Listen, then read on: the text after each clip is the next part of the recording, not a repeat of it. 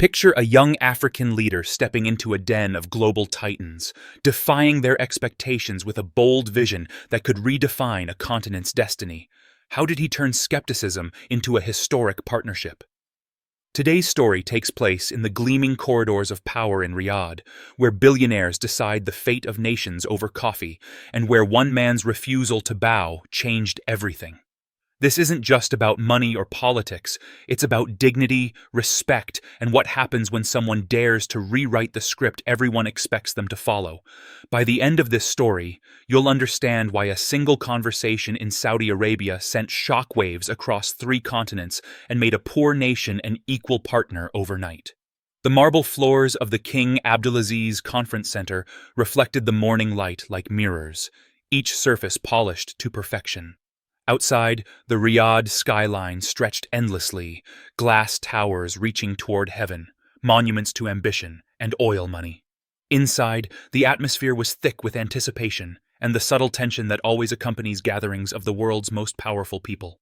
It was March 15th, and the Saudi Crown Prince's annual investment summit was about to begin. This wasn't just any business meeting. This was where fortunes were made and lost with a handshake, where entire economies could shift with a single nod of approval. The guest list read like a directory of global influence. Tech billionaires from Silicon Valley, oil executives from Houston, manufacturing moguls from Germany, and heads of state whose signatures could move mountains. Crown Prince Mohammed bin Salman entered the Grand Hall at exactly 9 a.m., his presence commanding immediate attention.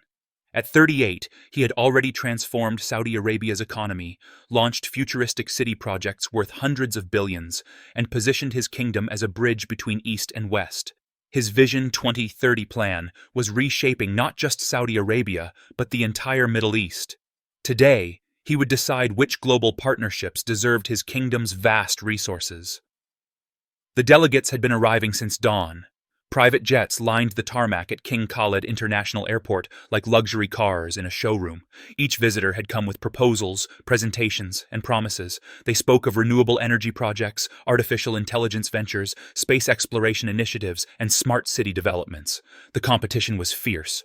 Everyone wanted a piece of Saudi Arabia's $2 trillion public investment fund. Among the familiar faces were some surprises. The president of Singapore had flown in to discuss semiconductor manufacturing. Brazil's foreign minister brought proposals for agricultural technology exchanges. Even the prime minister of Estonia was there, pitching digital governance solutions. But buried deep in the day's agenda, almost as an afterthought, was a name that made many attendees scratch their heads in confusion. Ibrahim Traoré, president of Burkina Faso. The whispers started immediately. Burkina Faso, the landlocked West African nation that most people couldn't locate on a map? What could possibly bring their leader to a summit designed for economic superpowers? The country's entire GDP was barely $15 billion, less than what some attendees spent on weekend acquisitions. Their infrastructure was decades behind, their resources limited, their international influence minimal. It seemed almost absurd. "Why is he even here?" murmured the German delegation. "What does Burkina Faso have that Saudi Arabia could possibly want?" The answer to that question would soon reshape everyone's understanding of power, partnership, and potential. As the morning sessions progressed, presentation after presentation followed the same predictable pattern. Sleek PowerPoint slides, impressive statistics, polished executives in $1,000 suits making carefully rehearsed pitches. The Crown Prince listened politely, asked strategic questions, and made non-committal promises to consider all proposals thoroughly. The atmosphere was professional, but cold. Business is business, nothing more. Then came the lunch break. Delegates mingled in small groups, discussing market trends and exchanging business cards. The Saudi officials moved through the crowd like gracious hosts, ensuring everyone felt welcomed, but maintaining the careful distance that power requires. It was during this intermission that Ibrahim Traoré finally made his appearance. He was nothing like what the room expected.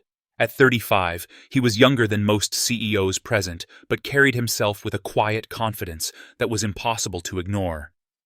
Unlike every other delegate, he wasn't wearing a Western business suit.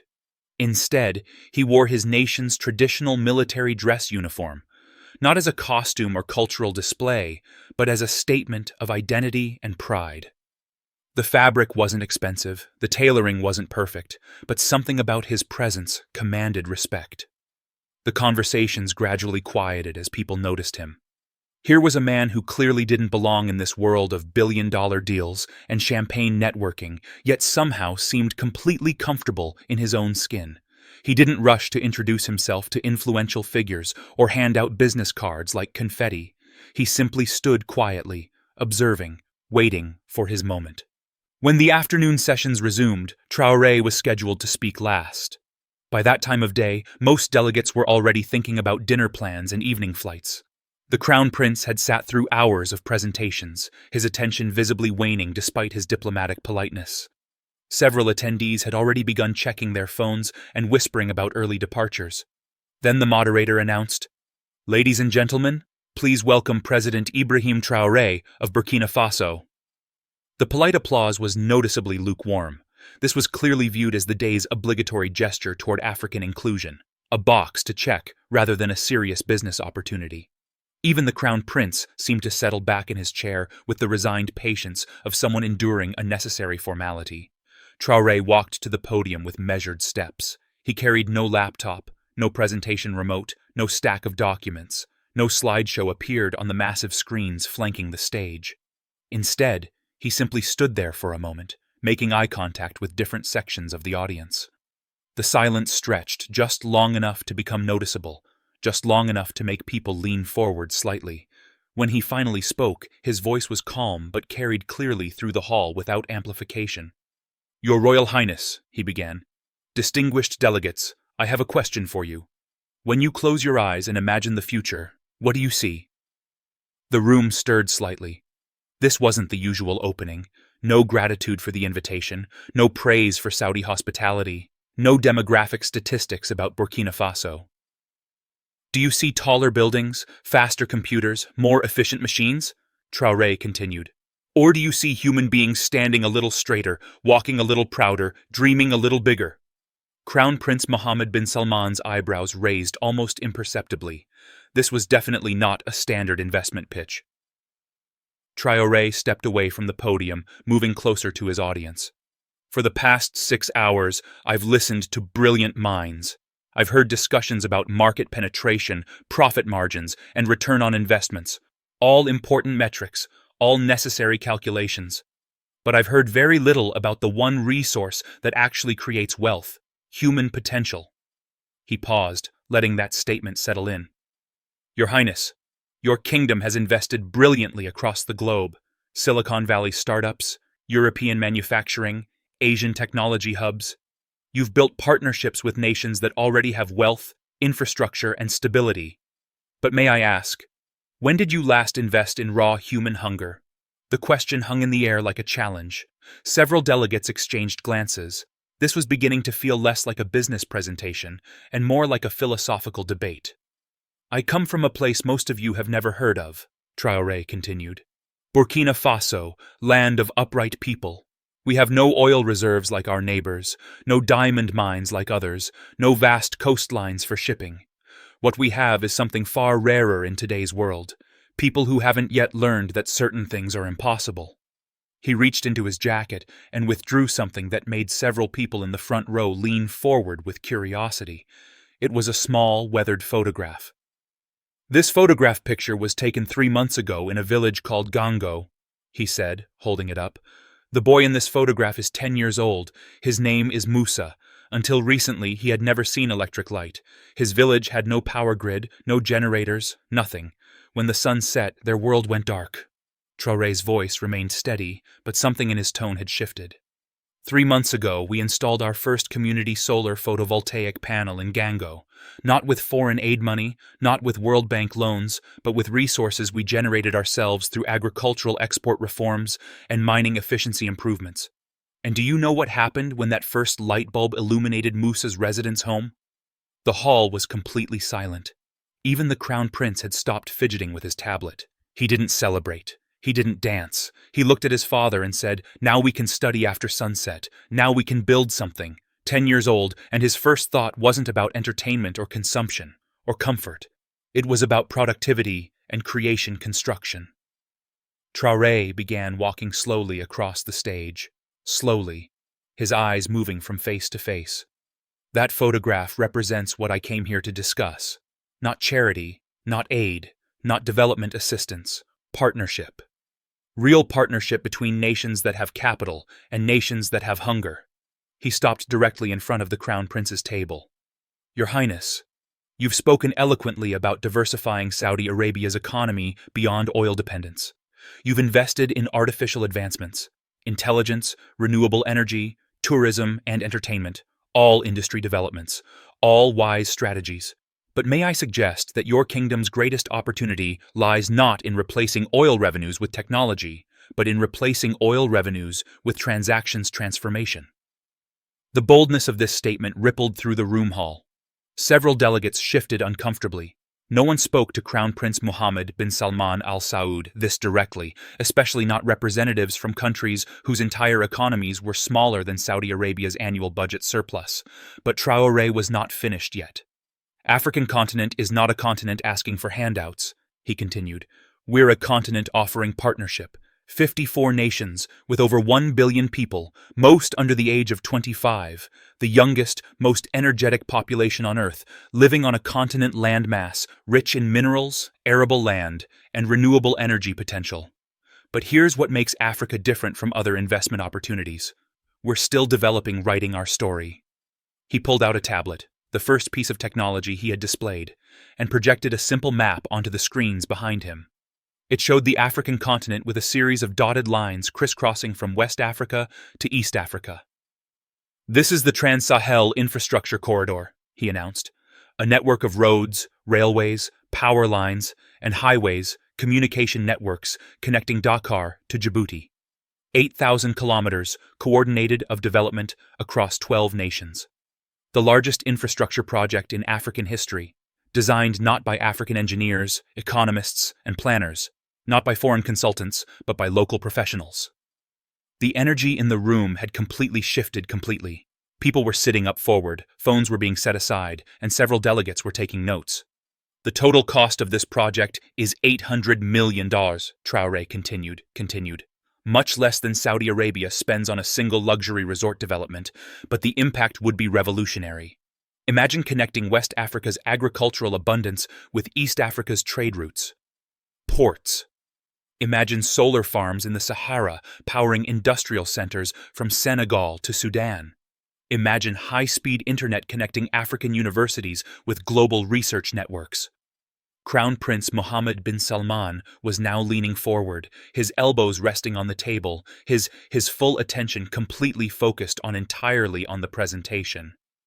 But here's why this matters to Saudi Arabia specifically, Traoré said, returning to address directly to the prince directly. This isn't just about African development, it's about positioning your kingdom as the bridge between continents. Every ton of cargo moving through this corridor could transit through Saudi ports. Every megawatt of solar energy could be supplemented by Saudi renewable technology. Every communication network could be enhanced by Saudi telecommunications investments. He clicked to the next slide, showing economic projections and trade flow estimates. Conservative estimates suggest this corridor would increase Saudi African trade by 400% within a decade. But more importantly, it would establish Saudi Arabia as not just a regional power, but as a global connector, the nation that links Africa with Asia, Europe, and the Americas. The presentation was becoming more technical now, with detailed financial projections models and implementation timelines, but Traoré kept returning to his central theme: partnership instead of patronage, investment instead of charity, transformation instead of transactions. Your Highness, he said, advancing to his final slide, every great kingdom in history is remembered not for what it accumulated, but for what it built. The Egyptians built pyramids, the Romans built roads, the British built roads, ships. What will Saudi Arabia build? He paused. I propose that Saudi Arabia build bridges, not physical bridges, but human bridges, economic bridges, bridges between the world's youngest continent and its most ambitious kingdom. The room was electrified, was electric with anticipation. This attention was no longer the polite endurance of a minor nation's pitch. It was a serious policy proposal with real strategic implications. But then, Traoré did something completely unexpected. He closed his tablet, stepped back from the microphone, and began speaking without any technological aid support at all. "However," he said, his voice carrying clearly through the suddenly silent hall, "I must be completely transparent honest with you. I didn't come here primarily to ask for your investment." A murmur of confusion rippled through the audience. Crown Prince Mohammed bin Salman's demeanor sharpened with curiosity interest. "I came here to present you with a vision, something far more valuable than a business deal opportunity," Traoré continued. "I came to offer you a vision, a place in history, not as a kingdom that prospered, got rich from oil, but as a kingdom that empowered, helped other nations to prosper, get rich from their own resources. Not as a nation that purchased influence, but as a nation that earned influence through partnership and respect."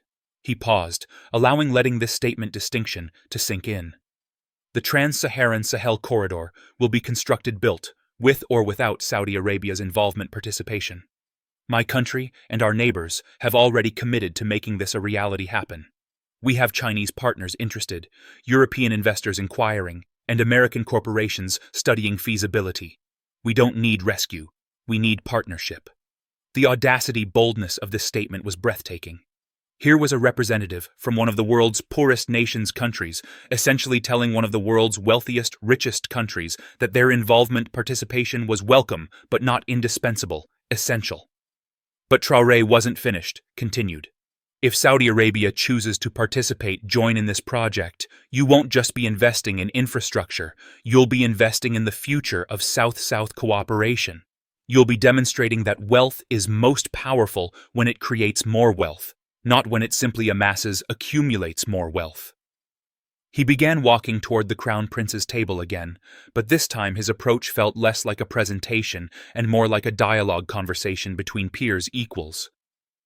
"Your Highness, you've spoken about Vision 2030 and Saudi Arabia's transformation into a global hub. But imagine Vision 2050, Saudi Arabia as the nation that helped transform an entire continent.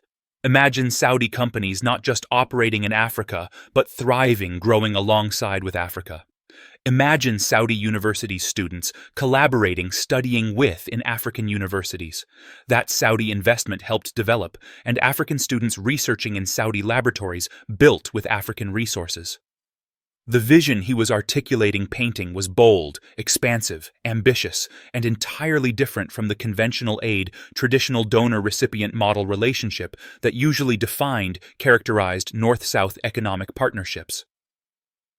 "This is why I didn't prepare on a PowerPoint presentation asking for funds," Traoré said. "This is why I didn't bring a team delegation of advisors, consultants with financial forecasts, projections. This is why I came alone, speaking as one leader to another, offering a partnership of equals between equals." He stopped directly in front of the Crown Prince's table, close enough for a private conversation, but speaking loudly enough for the entire hall room to hear. "Your Highness, I believe that Saudi Arabia's greatest legacy achievement will not be the tallest skyscraper, building, or the fastest railway, train, or the most advanced artificial intelligence. Your greatest legacy achievement will be proving that true power lies not in creating dominating markets, but in fostering markets, developing not in monopolizing, controlling resources, but in nurturing resources, not in purchasing, buying loyalty, but in earning respect." The room was completely, utterly silent. This was either the most remarkable diplomatic presentation anyone had ever witnessed, or the most spectacular act of professional career suicide in modern geopolitical diplomacy history. Crown Prince Mohammed bin Salman remained motionless for several long seconds, his expression inscrutable, unreadable. The tension was palpable. Every delegate in the room understood they were witnessing a critical moment that could either launch a revolutionary partnership or end in diplomatic humiliation, embarrassment. Finally, the Crown Prince spoke. His voice was quiet, but his words carried clearly through the hushed hall. "President Traoré," he said, "in the past 5 years, I have heard thousands of investment proposals pitches. I have been presented with countless opportunities, proposals, and partnerships, most of them focused on what Saudi Arabia could offer, provide, our capital, our markets, our strategic position, our influence. He paused, his gaze fixed on Traoré's eyes locked on his. You are the first person to emphasize focus on what Saudi Arabia could aspire to become. The Crown Prince stood slowly, his movement causing a ripple of attention throughout the room. When he reached his full height, he continued speaking, but now addressing he not spoke only to Traoré, but to the entire assembly. Ladies and gentlemen, what we have just witnessed, is precisely the kind of vision thinking that will define the next century of global progress development. President Traoré hasn't requested us to solve Africa's problems. He has invited us to participate in Africa's solutions. He began walking around his table, moving closer to the podium where Traoré stood. This is exactly the kind of partnership that Vision 2030 was designed to foster. Relationships based in mutual benefit, shared prosperity growth, and respect for each partner's contributions. The Crown Prince paused, stopped directly in front of Traoré, close enough for their exchange to feel personal, intimate, though everyone in the room strained to catch every word. Mr. President, he said, your Trans-Sahel Infrastructure Vision Corridor represents exactly the kind of transformative investment that Saudi Arabia wishes to support. Not because we view Africa as a charity recipient case, but because we see Africa as a collaborator partner in shaping the world's economic destiny future. He turned to address the broader audience.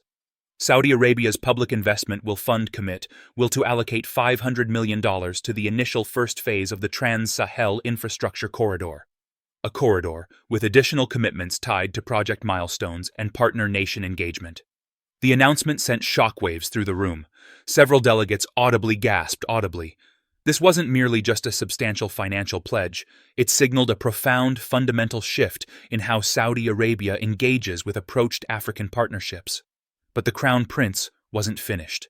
Moreover, he continued, Saudi Arabia will establish a permanent African Partnership Office in Riyadh, dedicated specifically to identifying and advancing South-South cooperation opportunities. President Traoré, I would like to invite you to chair the advisory board for this new initiative. The offer was unprecedented. African leaders were typically invited to Saudi Arabia as petitioners, supplicants, or ceremonial participants, never as strategic architects partners in shaping Saudi policy.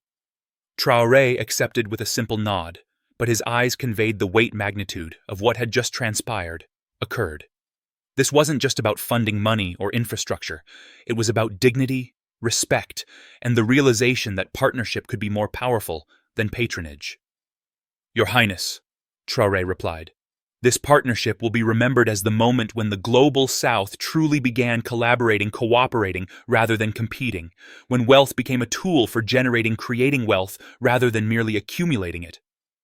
The Crown Prince smiled, the first genuine expression of satisfaction, pleasure he'd shown all day. Mr. President, I believe you're absolutely correct, right? And I believe this partnership will yield benefit both our nations far more than we can either currently imagine. The formal session concluded with polite applause, but the real energy was in the private conversations that followed. Delegates from other African nations immediately approached Traoré, eager to understand how their countries might participate in this new framework.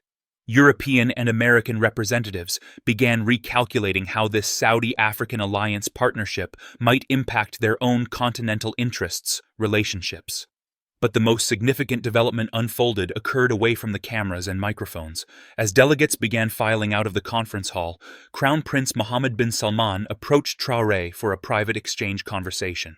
Mr. President, he said quietly, I want you to understand that your speech presentation today wasn't merely just impressive, it was necessary. Saudi Arabia has been seeking authentic partnerships rather than transactional relationships. You've demonstrated what that actually looks like. Traoré nodded appreciatively. Your Highness, Burkina Faso has learned that dignity surpasses charity is more valuable than charity, and partnership outweighs patronage. Today proved that these values principles can indeed actually work in practice, not merely just in theory.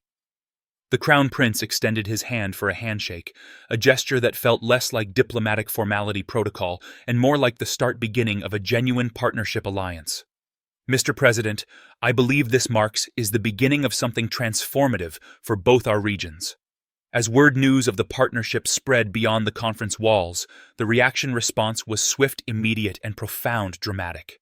African stock exchanges surged as investors recognized the potential implications of Saudi-backed infrastructure projects.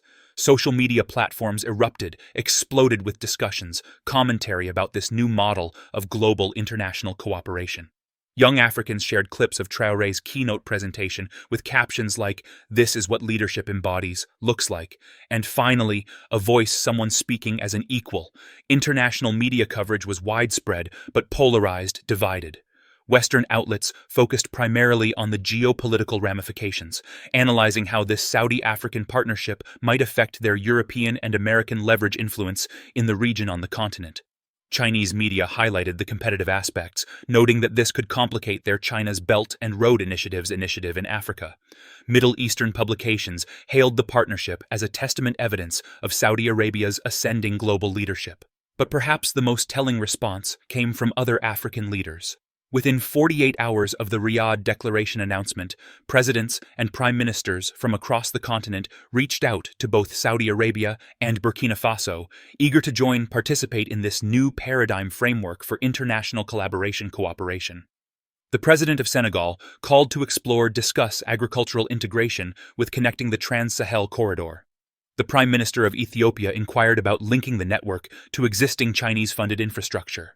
Even South Africa's leadership began examining how their advanced economy could contribute to this continental initiative project. What made this response particularly striking was its sincerity, authenticity. These weren't routine diplomatic courtesies or perfunctory gestures of support. They were earnest, serious inquiries from leaders who recognized that something fundamental had shifted in how African nations could interact with global partners. Back in Ouagadougou, Burkina Faso's capital, the mood was euphoric, electric. Citizens gathered around radios and television screens to hear updates of their president's diplomatic victory triumph. For a nation accustomed to being overlooked or condescended to by global international partners, seeing their leader treated as an equal by one of the world's most powerful kingdoms was deeply, profoundly significant. But Traoré himself remained focused on execution rather than celebration.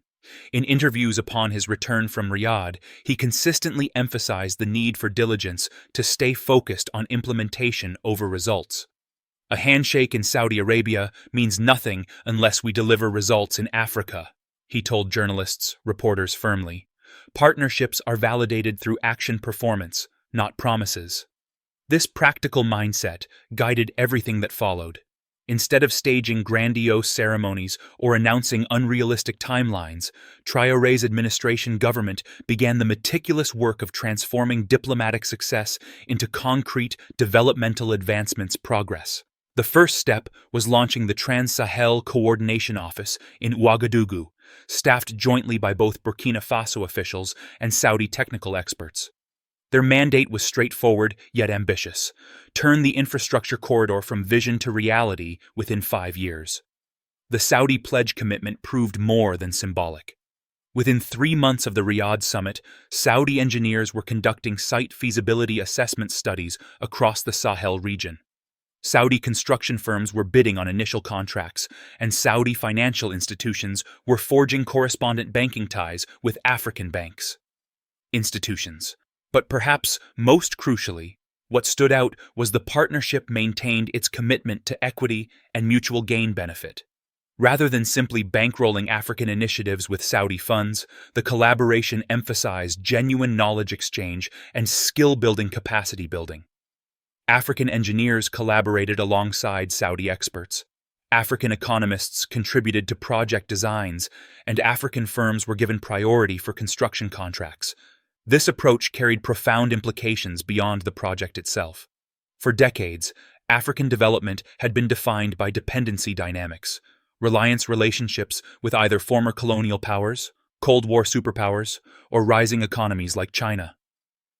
The Saudi partnership introduced something distinctly different, a collaboration between developing nations grounded in complementary strengths rather than hierarchical imbalances. The ripple effect's impact reached far beyond mere economics. Young Africans began to view international relations differently, not as something imposed upon them, but as an arena they could actively influence shape it. Universities across the continent launched new programs in South-South cooperation and diplomatic strategies. African research institutes, think tanks began producing studies on alternative frameworks models for global international partnerships. 6 months after the Riyadh meeting, the first segment of the Trans-Sahel corridor broke ground in a ceremony that was intentionally modest, yet deeply symbolically resonant, powerful. Rather than inviting international dignitaries for a lavish event, the groundbreaking featured local community leaders, regional engineers, and the workers who would actually construct the infrastructure. Traoré's address speech at the event captured the moment's weight significance. Today, we don't just break ground for a highway road, we break ground for a new paradigm model of how nations can work together. We prove that partnership surpasses patronage, that dignity outweighs charity, and that the Global South can author its own narrative story of progress, development, and prosperity. The construction progressed efficiently, with Saudi technical expertise merging with African labor and resources to deliver results that surpassed initial projections. More importantly, the project created substantial job employment opportunities for local communities while fostering genuine technical expertise capacity that would endure beyond the specific infrastructure initiative development. As the first year of the partnership drew to a close, its achievements' success was indisputable, undeniable. The Trans-Sahel corridor was ahead of schedule and under budget. African-Saudi trade had increased by 60%. Most significantly, the partnership had inspired similar collaborations among other Global South nations. Brazil began exploring infrastructure alliances, partnerships with Nigeria, India deepened its engagement with East African tech sectors, and Mexico forged new trade ties with North African manufacturing hubs. The Saudi-African framework model was spreading, creating a web network of South-South partnerships that were reshaping global economic dynamics relationships. But the true gauge measure of the partnership's success wasn't in numbers, statistics, or trade volumes figures. It was in the fundamental transformation shift in how nations approached international cooperation. The conventional model of affluent, wealthy nations providing aid to poorer countries was being supplemented by a new paradigm of developing nations partnering with each other based on complementary strengths and mutual respect. Crown Prince Mohammed bin Salman reflected on this transformation during a speech commemorating the first anniversary of the Riyadh summit meeting. President Traoré taught us that true leadership isn't about possessing all the answers. It's about asking the right questions. He didn't ask us to solve Africa's problems. He invited us to participate in Africa's solutions. That invitation has transformed not only our relationship with Africa, but also our understanding of what partnership truly means.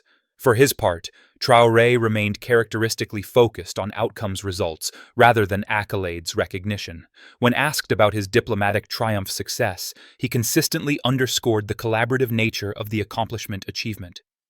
This partnership succeeded because it was based in truth rather than flattery, in mutual gain benefit rather than one-sided charity, and in respect rather than pity. Those principles can work anywhere, between any nations, if leaders have the courage to embrace them. The story of that day in Riyadh had become more than a diplomatic anecdote. It had become a blueprint model for how international relations could evolve in the 21st century. It proved that dignity and partnership weren't merely just moral ideals, but practical approaches, strategies that could yield superior results than traditional aid and dependency models relationships. As the Trans-Sahel corridor neared completion of its initial first phase, its impact was already visible. New enterprises, businesses were emerging along the route. Educational opportunities were expanding in connected communities, and, most importantly, young Africans were viewing their continent differently, not as a place needing rescue, but as one actively building its own destiny future. The partnership between Saudi Arabia and Burkina Faso had begun with one man's refusal to seek charity and his insistence on offering partnership instead. It had evolved, grown into a paradigm model that was inspiring similar collaborations across the global south and redefining how nations could work together in an interconnected world. And in Gango, that small village where the story began, 10-year-old Musa was now studying under electric light, dreaming of becoming an engineer, and growing up in a world where African leadership was reshaping global international relations. The boy in the photograph had become a symbol of what was possible when partnership supplanted patronage, when dignity triumphed over charity, and when leaders had the courage to demand respect rather than merely hoping for sympathy. The transformation was complete, but its impact was only just beginning. Ibrahim Traoré's speech at the Saudi Investment Summit left me inspired and reflective. At 35, the Burkina Faso president defied expectations, entering a room of global elites not to beg, but to offer a bold vision for the Trans-Sahel infrastructure corridor. His authenticity, eschewing slides for a photo of a boy named Musa, and his pride in his traditional uniform showed that true power lies in being unapologetically yourself. I felt a surge of admiration for his courage to demand partnership, not charity, from Crown Prince Mohammed bin Salman, proving dignity can reshape perceptions. Traoré's focus on human potential, like Musa's dream to study and build, struck a chord. It taught me to invest in people's growth, including my own, by learning new skills or mentoring others. His reframing of Burkina Faso's limitations as opportunities inspires me to see my challenges, lack of resources or experience, as chances to innovate. In my life, I'll seek partnerships based on mutual respect, whether in teamwork or friendships, and speak my truth boldly, even when it's daunting. Traoré's vision of building bridges motivates me to connect ideas and communities, fostering collaboration wherever I go. These lessons are practical. I'll embrace my identity, turn obstacles into possibilities, and uplift others to create lasting impact. Traoré's story shows that one voice can spark change, urging me to act with purpose daily. Traoré's speech is a call to lead with courage and dignity.